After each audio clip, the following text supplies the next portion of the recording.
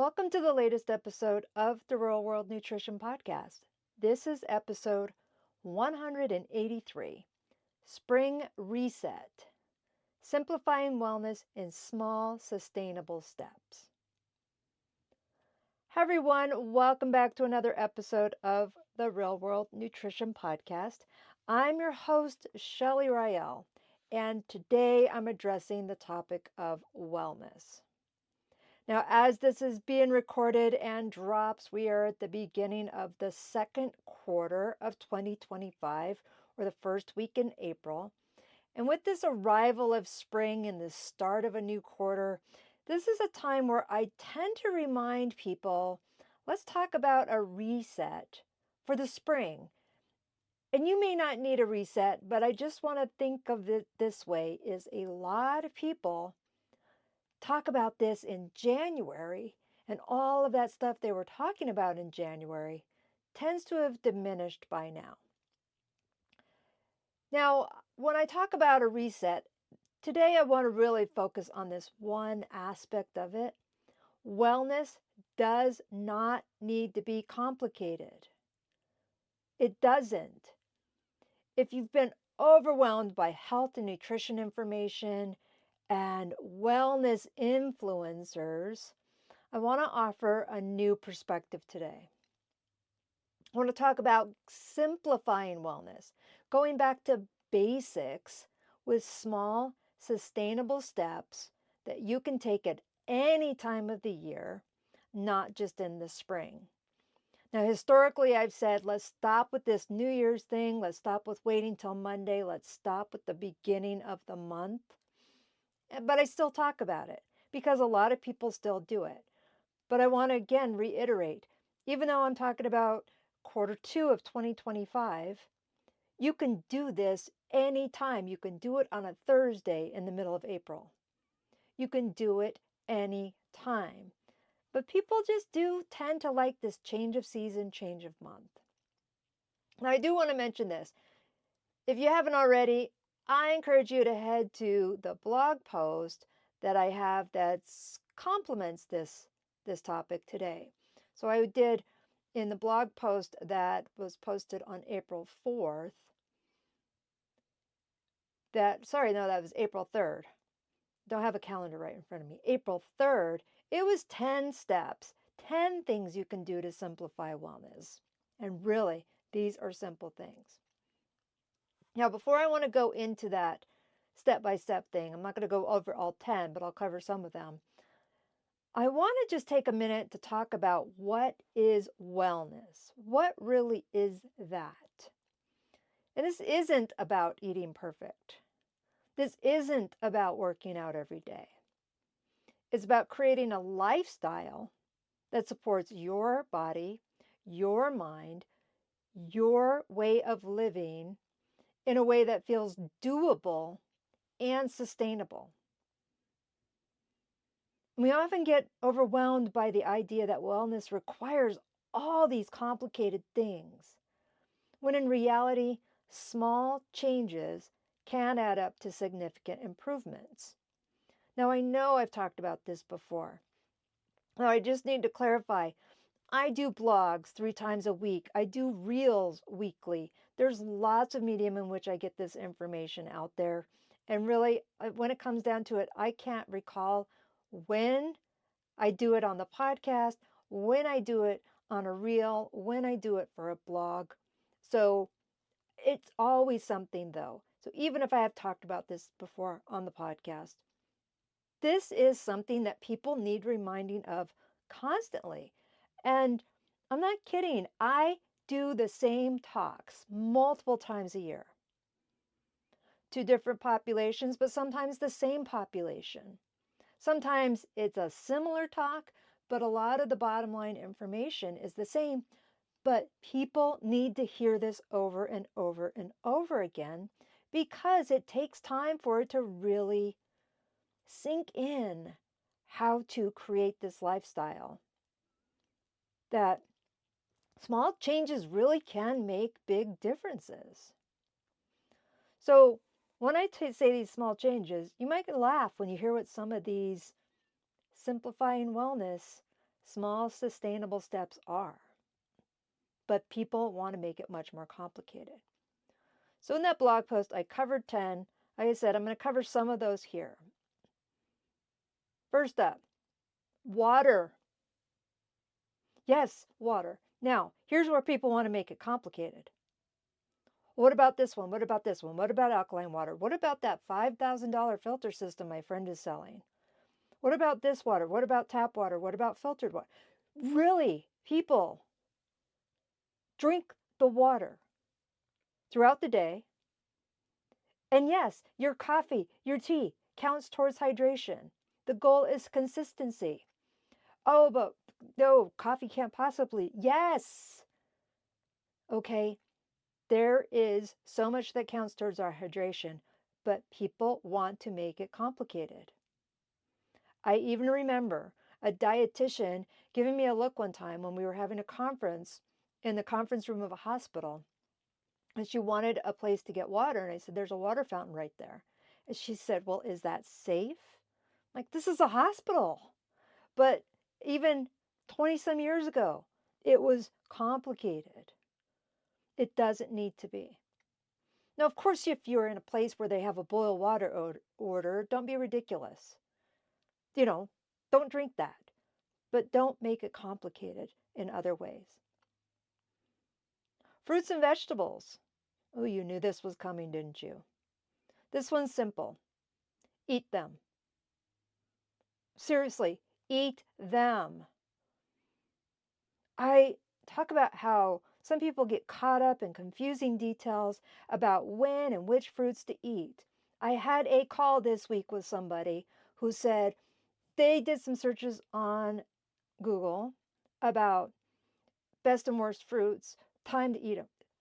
I was kind of surprised, yet at the same time, I don't know why I'm surprised. They had heard that having a banana after 3 was a no-no, which, I don't know, that's one of the more stupid things I've ever heard. But it's really not that hard. Fruits and veggies are beneficial. All of them are. Unless they're rotten, eat them.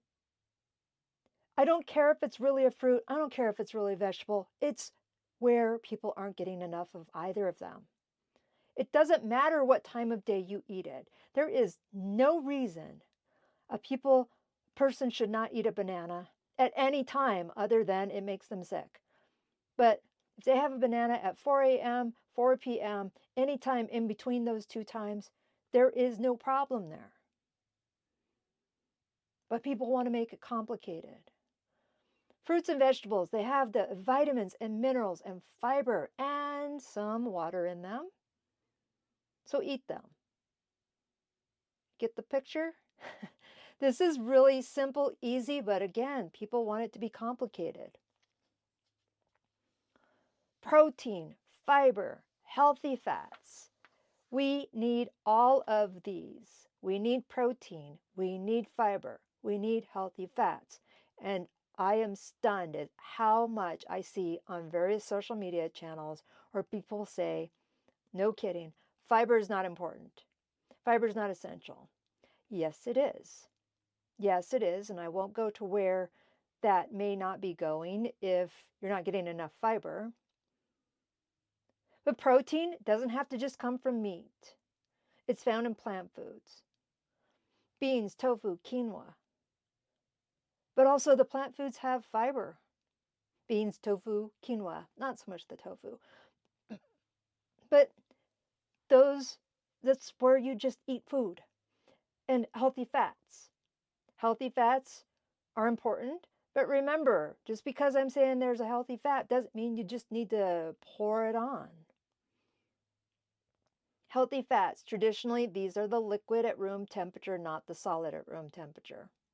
And as much as influencers may try to say differently, that is a fact that is held steady for decades. Here's another one. Exercise. Just move that body. It doesn't have to be an hour at the gym. I tell people all the time, it doesn't matter where you do it. People say, well, I don't have a gym membership. That doesn't mean you can't exercise. You can. You don't need a gym membership. You can go outside and do things. You can use your own body weight for strength training. Aimed for balanced routine that includes cardio and strength and flexibility. But this could be moving in small ways throughout the day. That could be a short walk. That could be some stretching. These things add up. I've joked this past week to a couple of people, getting older, when you forget things, you get more exercise because you're walking room to room to room to try to remember what you were doing. But it doesn't need to have a personal trainer. It doesn't need to be intense, an hour, 7 days a week, or even 6 days a week. Do something. Now, here's a couple more that are often overlooked. This would be sleep. This is stress management. So, sleep. We cannot be well without adequate sleep. And as much as people want to say they can get away with 4 hours of sleep, get away with 6 hours of sleep, we really need to get that. As a human being, we need to prioritize that 7 to 9 hours of sleep. The research consistently shows 7 to 9 hours. So when you hear that 8 hours, that's the average. Your body needs it. Your mind needs it. But we also need to talk about managing stress. So incorporating stress relieving practices, meditation, deep breathing, taking breaks throughout the day. That could be taking that short walk right there. You've got stress management and some exercise going. But these are the things that people tend to just blow off, say, hey, I don't need that much sleep. Stress is part of life. Yeah, it is, but we do need to have times where we aren't in that heightened state of stress. And the last simple wellness tip here, regular checkups. I'm not saying that it's easy because you may have to schedule an appointment and maybe months out. But really, the regular checkups, keeping track of your health with routine screenings and checkups is just as important as the other aspects of wellness. In the blog, I think I mentioned catching something early means easier treatment. If you wait till things really get out of hand, the treatment is going to be much more extensive. And this could be for all kinds of things. This could be from respiratory illness. This could be to managing diabetes. If you don't know you have diabetes for years, it's harder to get that back into control, where if you find out early that you might have prediabetes, there's ways to address that. Same with cancer. The earlier it's caught, boy, the treatment is so much easier in most cases. So these are those little things, not to be a doomsday person, but I'm a person that gets my checkups every year for all the things, from eyes to skin and blood work. And that's just, maybe it's a waste, but I'd rather know this year if something's a problem than waiting 5 years and that problem got too big. So what I want to emphasize here, again, small, sustainable steps. When it comes to wellness, the key is small, sustainable changes that you can actually stick to, and not making it so complicated. So instead of trying to do all these things at once, focus on one area, make it a habit. And remember, I want to say remember again, I can't remember where I've said this before, it can take 18 to 254 days or 250 some days to create a habit. Especially a healthy one tends to take more energy, more effort. When you have something regularly as a habit, when you feel comfortable, add another small change.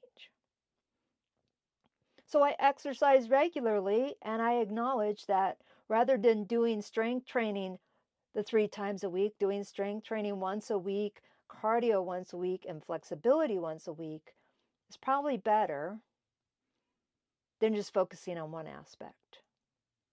Kind of helps with some balance there. But remember, no one has it all figured out. And you don't need to make a huge, drastic change to see benefits. Now, in some other aspects of life, an all or nothing cold turkey approach is a way to go. But when it comes to these health habits, these wellness habits, you don't need to make those huge, drastic changes to see benefits. And you probably don't want to go from not having regular water intake to having 80 ounces tomorrow. You don't want to have to go from having not that much fiber in your diet to reaching your 25 to 38 grams per day. You really don't want to do that. But make those little changes. Drinking a bit more water, eating an extra serving of vegetables, taking a 10-minute walk. Those can make big differences. And really, most importantly, be kind to yourself and take care of yourself. I laugh all the time at myself as I say this, preach this, talk to people about it all the time. Put yourself first. When you're sick, how can you take care of anybody else? And at the same time, I'm just as guilty of some of these things, putting some of these things to the back burner in lieu of doing other things. But it's still a work in progress.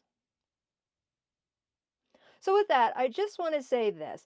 If you want to take your first step or another step or a more aggressive approach to simplifying your wellness. So again, some of these things aren't as complicated as people want to make them out to be. I'd love to chat. You can schedule an intro call with me and we can discuss how we can work together on not just your wellness goals, but how to create a plan so you can reach them.